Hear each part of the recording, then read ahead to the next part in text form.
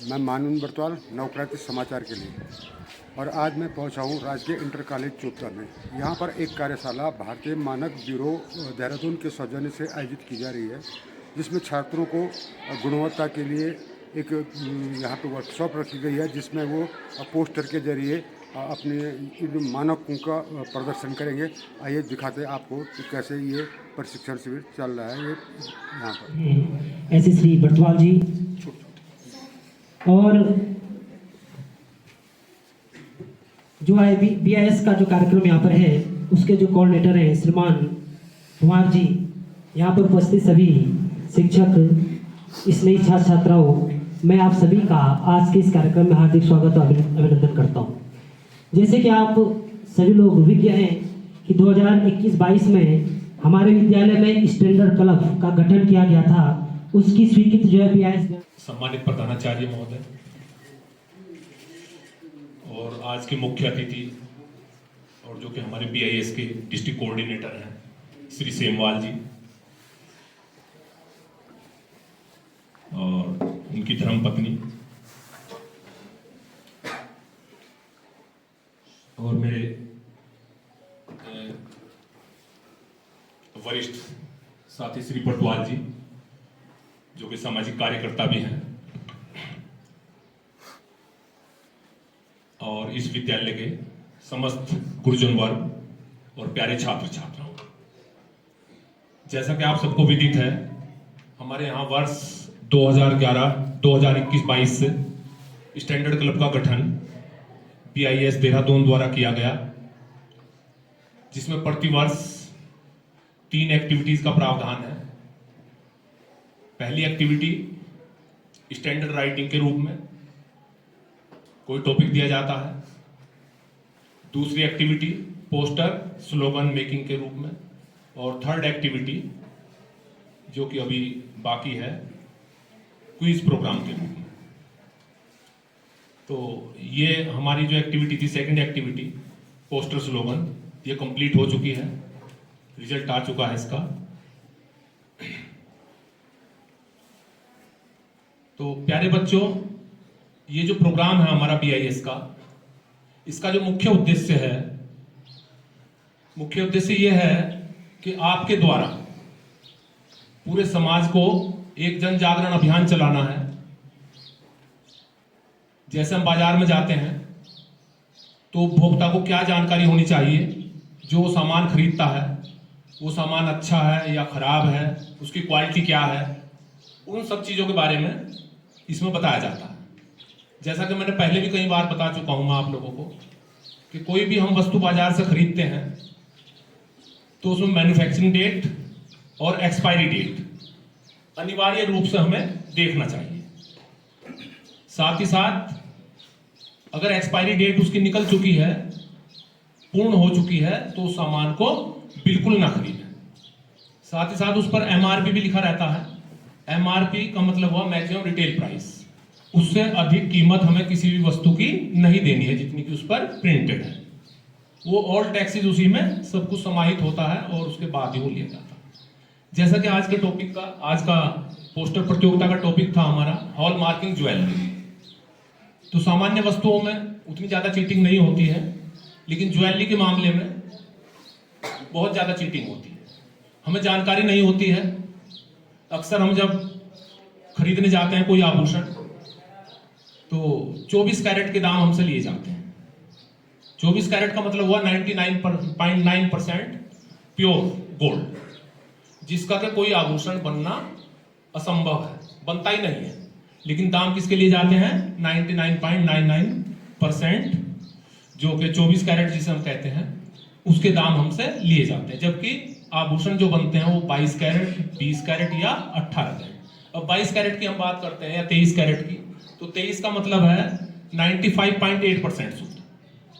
95.8% मतलब उसमें भी 4.2% क्या है? अशुद्धियां हैं। तांबा होगा, निकिल होगा, कैडमियम जो भी मिलाते हैं वो 4.2%। तो 4.2 का मतलब भी ये हुआ कि अगर 80,000 रुपए सोने का मूल्य है प्रति तोला, प्रति 10 ग्राम, तो 4.5% क्या हो गया? 4.2% उसमें लेस हो जाना चाहिए, लेकिन कोई भी लेस नहीं करता। इसी प्रकार से अगर 22 कैरेट की बात करें हम तो 91.6 का मतलब हुआ कि 8.4% उसमें अशुद्धियां इम्प्योरिटीज हैं। लेकिन वहां भी रेट किसका लिया जाता है हमसे अक्सर 24 कैरेट का ही लिया जाता है। थोड़ी बहुत छूट दे देते हैं अक्सर गोल्ड ज्वेलर जो होते हैं, लेकिन उस थोड़ी बहुत छूट से काम नहीं होने वाला है, क्योंकि 80,000 रुपए गोल्ड है, 8.4% का मतलब हो गया 8.4% छूट होनी चाहिए सही मायने में अगर। तो इन सब समस्याओं के लिए क्या हुआ कि हमारे भारतीय मानक ब्यूरो ने हॉल मार्किंग सिस्टम शुरू किया, और ये 2000 से गोल्ड के लिए 2000 में स्कीम आई और चांदी के लिए सिल्वर के लिए 2005 से स्कीम आई। हमारे उत्तराखंड में अभी 2 डिस्ट्रिक्टों में ये मैंडेटरी कर दिया गया है, अल्मोड़ा और देहरादून में, कि वहां तो कोई ज्वेलरी बिकेगी नहीं विदाउट हॉल मार्किंग। तो हॉल मार्किंग क्या है?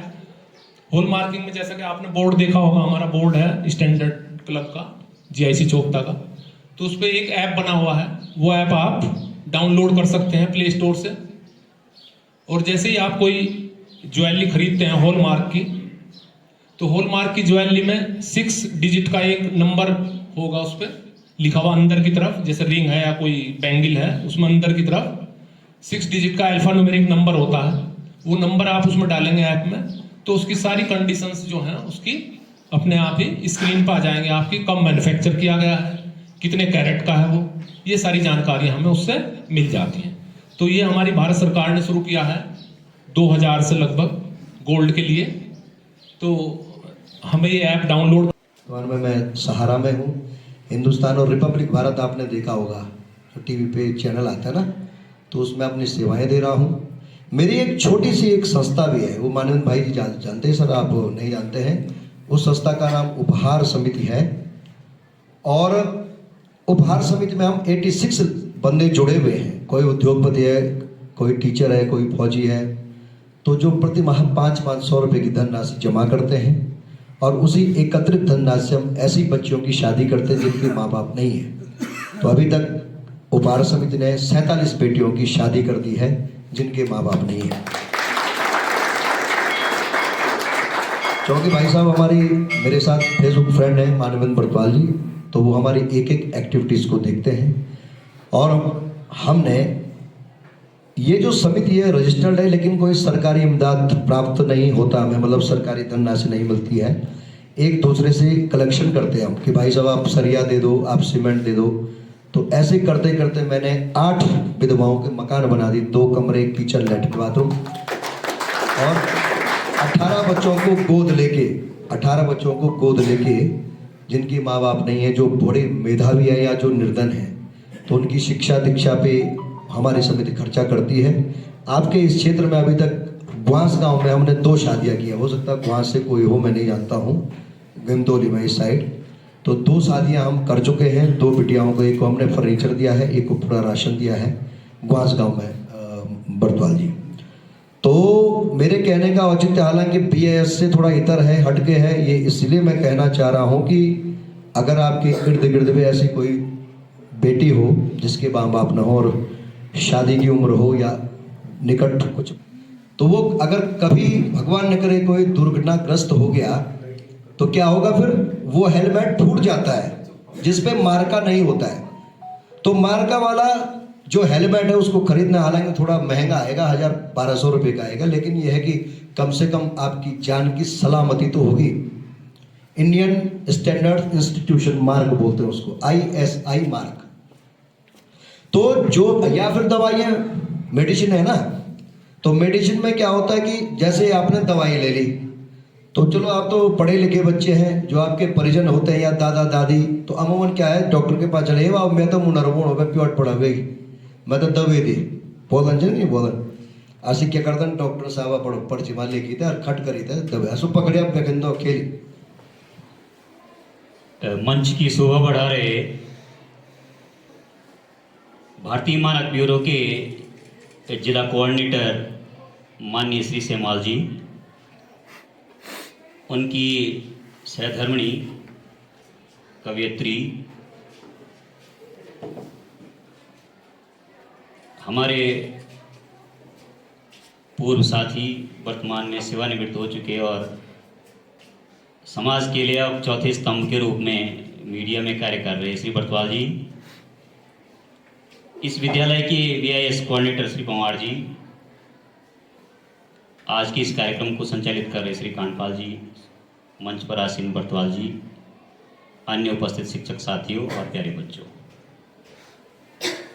ये हमारे लिए गर्व के क्षण हैं कि विद्यालय में आज इस कार्यक्रम के जिला समन्वयक श्री बिपिन सेमवाल जी पधारे हैं, जो केवल VIS के क्षेत्र में ही कार्य नहीं कर रहे हैं, उसके साथ केवल उसकी जानकारी को ही पूरे प्रदेश में साझा नहीं कर रहे हैं, बल्कि अभी अभी उनकी वाणी से, यद्यपि फेसबुक पर तो मैं देखता था, लेकिन जो उनके मुखारबिंद से सुना, वहाँ वाली बात भी मैंने सुन ली थी। लेकिन जो विस्तृत रूप से सामाजिक कार्य जो आप कर रहे हैं, ये हम सब के लिए अनुकरणीय है और ये हम सब में, आप सब बच्चों में एक ऐसी ऊर्जा का संचार करेगा निश्चित रूप से कि VIS कार्यक्रम के माध्यम से हमको इस तरह की जानकारी भी प्राप्त हुई कि आपकी संस्था उपहार समाज के वंचित और जरूरतमंद लोगों की इस तरह से सेवा कर रही है। तो पूरा विद्यालय परिवार आपका आभार और धन्यवाद प्रकट करता है। आपने अपने व्यस्ततम समय में से इस विद्यालय को भी समय दिया, ये भी हमारे लिए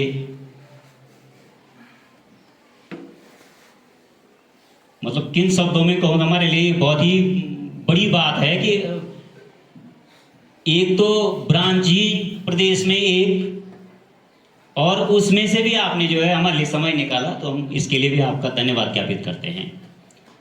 मैं बहुत ज़्यादा नहीं कहूँगा, मैं तो आप बच्चों के साथ 3-4 वर्षों से लगातार कहते आ रहा हूँ कि इसका उद्देश्य क्या है, कैसे हम यहाँ से बाहर जाएं। असली बात ये नहीं है कि हम क्या कर रहे हैं, असली बात ये है कि हम बाहर इसको अपने डे टू डे प्रैक्टिस में कैसे ला रहे हैं। जैसे अभी सेमवाल जी ने कहा कि हम देखते ही नहीं हैं, तो जब हम इसको अपनी प्रैक्टिस में लाना शुरू करेंगे, उस दिन हम समझेंगे कि हमारी बड़ी भारी जीत है। तब जाकर के हमारी संस्था या हमारे विद्यालय के लिए बड़ी भारी बात होगी कि हमारा इस क्षेत्र का हर बच्चा, देखो 4था साल हो गया हमको, हमारे बच्चे तो देखने लग गए हैं, हमारे जो अपने बच्चे वो देखने लग गए हैं, लेकिन हमारा बाजार इतना अवेयर हो जाए कि जो हमारे क्षेत्र के लोग हैं उन तक बाजार के लालाओं की या जो भी सामान बेचते हैं, जो भी सामान बेचते हैं, उनको ये मालूम हो जाए कि नहीं भाई यहाँ इस तरह की गफलत नहीं चलेगी, एक्सपायरी डेट नहीं चलेगा। ठगने पुरस्कार वितरण कर बच्चों का मनोबल बढ़ाएं, उनके साथ बटवा दिए। इसके बाद में श्रीमती सेमवाल जी से अनुरोध करूँगा कि आप भी पुरस्कार वितरण में बच्चों आज की इन्हें बड़े पर्दे पे ले जाते हैं, समाज के अंदर ले जाते हैं, सरकारों तक ले जाते हैं। मैं मंच पर इन पंक्तियों के साथ उन्हें आमंत्रित करता हूँ कि कठपुतली के इन हाथों में तलवारों सी धार कहाँ, जो वार कलम कर पाती है कर पाती तलवार कहाँ। श्री बर्तवाल जी।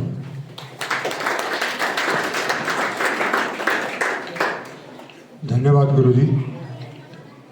आज की इस भारतीय मानक ब्यूरो वर्कशॉप के district resource person Shri Semwal ji, उनके साथ उनकी पत्नी और कवयित्री जो किसी नाम की मोहताज नहीं है, उपासना सेमवाल जी, इस विद्यालय के प्रधानाचार्य श्री किमोठी जी, इस कार्यक्रम के ये विद्यालयी जो कोऑर्डिनेटर हैं श्री पंवार जी, बर्तवाल जी, प्यारे छात्र और छात्राओं, ये जो जानकारी आपको इस वर्कशॉप के माध्यम से मिली, ये वो जानकारी है जिसको आप साझा कर सकते हैं, हर किसी से साझा कर सकते हैं, और आपके इस बात को साझा करने से समाज में जागृति आएगी और निश्चित ही उसका प्रतिफल आपको मिलेगा कि आपने उनको जगाया है। चूँकि मैं भी शिक्षा विभाग से अभी रिटायर हुआ हूँ जून में, और उसके बाद पहले भी पत्रकारिता का काम था, शिमाल जी जानते हैं, तो हमने सोचा कि बजाय फालतू रहने के क्यों ना इसी क्षेत्र में हम चले।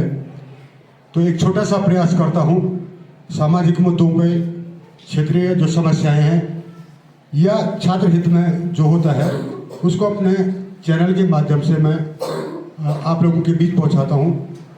मेरा समाचार चैनल है नवक्रांति समाचार। आज जो बच्चे यहाँ पे पुरस्कृत हुए हैं, प्रथम द्वितीय और तृतीय आए हैं, वो ये न सोते, जो नहीं आए वो ये नहीं सोते हैं कि हम नहीं आ सकते हैं। निश्चित ही अगली वर्कशॉप में दोगुने उत्साह के साथ वो बच्चे आगे आएंगे, ऐसे मैं भगवान तुंगेश्वर से कामना करता हूँ।